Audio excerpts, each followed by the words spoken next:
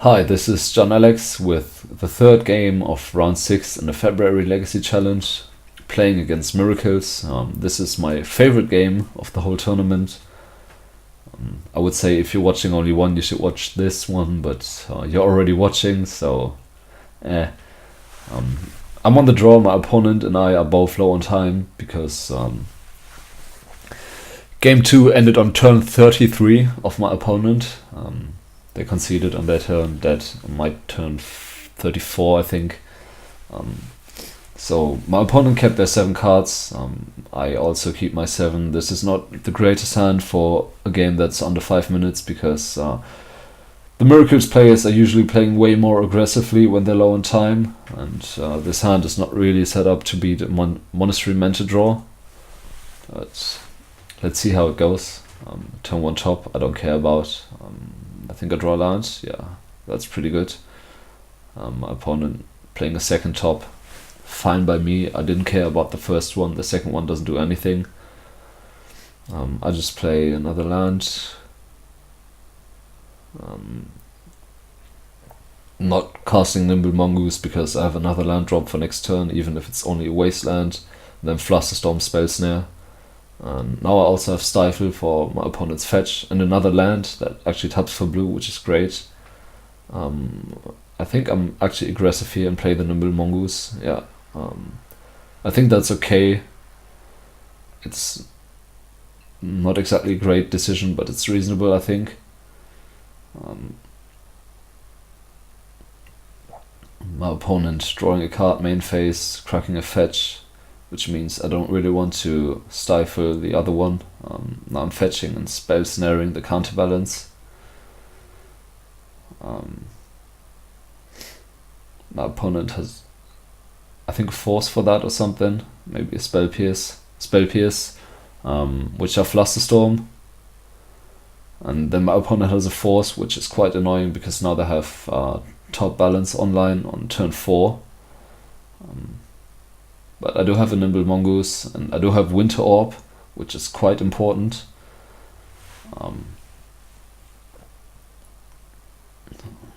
So the balance is gonna resolve.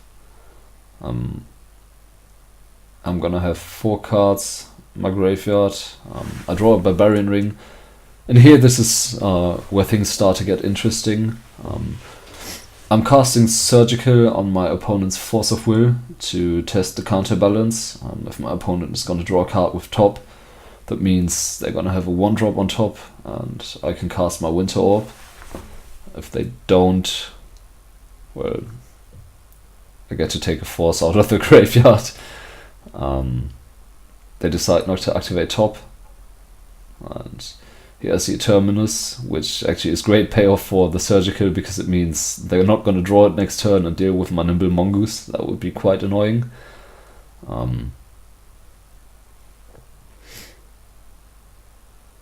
So now I'm casting Winter Orb. And the worst case scenario is if my opponent just lets their counterbalance trigger resolve. But they're going to activate the top, which is good for me because now I get to stifle the balance trigger for Winter Orb. Of course, they can draw a card with top to counter the stifle, but then they have a 1 on top for the Winter Orb. And also my opponent is now on 0 lands untapped with a Mentor in hand. They're likely going to draw a land next turn, but I really like this line. I'm also on 6 cards already in my graveyard, so I'm casting the Brainstorm here because I want to reach threshold and start attacking for 3. I need to play this game quite aggressively. Opponent draws a card with top, which is good for me because now top is no longer on board. And I think my opponent is going to cast Mentor this turn. Yes, which would be a problem, but I have Barbarian Ring, which is an uncounterable removal spell, and exactly 7 cards in my graveyard, so I get to kill the Monastery Mentor, which my opponent just spent 3 mana on without playing top, and keep Daze back up for future plays and start or keep attacking with my Nimble Mongoose. Quite the lucky draws here. Mentor dead, opponent on 10, playing a Ponder, which I really don't care about, playing a fetch land, and this is another play that I think is interesting. I draw another Mongoose, which doesn't do anything, but I'm gonna wasteland my opponent's Scalding Tarn. They are never gonna play a non-basic land, but this way they might have a Terminus on top, and if I waste the Scalding Tarn, they are forced to fetch, and if they don't fetch, I can daze the Terminus because they only get to untap one land. So I waste the Scalding Tarn, putting my opponent down to 9 if they fetch, or counter the Terminus if they don't. We know they have a Divining Top in hand, so they're not going to force back. They might have a 2 on top, which would be annoying, but sometimes you just gotta admit defeat. But my opponent is gonna fetch, which is great for me because now I kill them 1 turn faster. Down to 6. My opponent is untapping, playing a land, not playing a land. Okay, they're gonna do that next turn.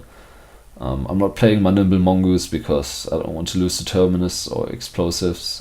Now they're casting Vendilion Click in my upkeep, and I get to daze that. The daze fortunately resolves, and that's the game. So here you have a Canadian Threshold with Winter Orb beating Counterbalance Top on turn 4, I think. Yeah. My opponent's turn 4 balance top, and I just played Winter Orb, and my opponent couldn't really capitalize off the counterbalance top lock because they only got to counter a single spell with it, which was the Brainstorm I cast to get another card in my graveyard, basically. And then they keep casting their 3-drops, and I keep dazing them or Barbarian Ringing them.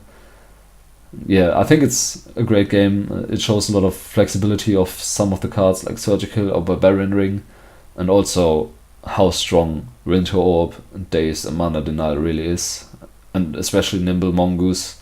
My opponent probably had some Swords to Plowshare somewhere. But yeah, thank you very much for watching. Sorry for rambling on about how much I like this game and this deck, but I think it's justified. And see you tomorrow, hopefully, for the last round of the February Legacy Challenge with my Delverless Canadian Threshold list. Thanks for watching, take care.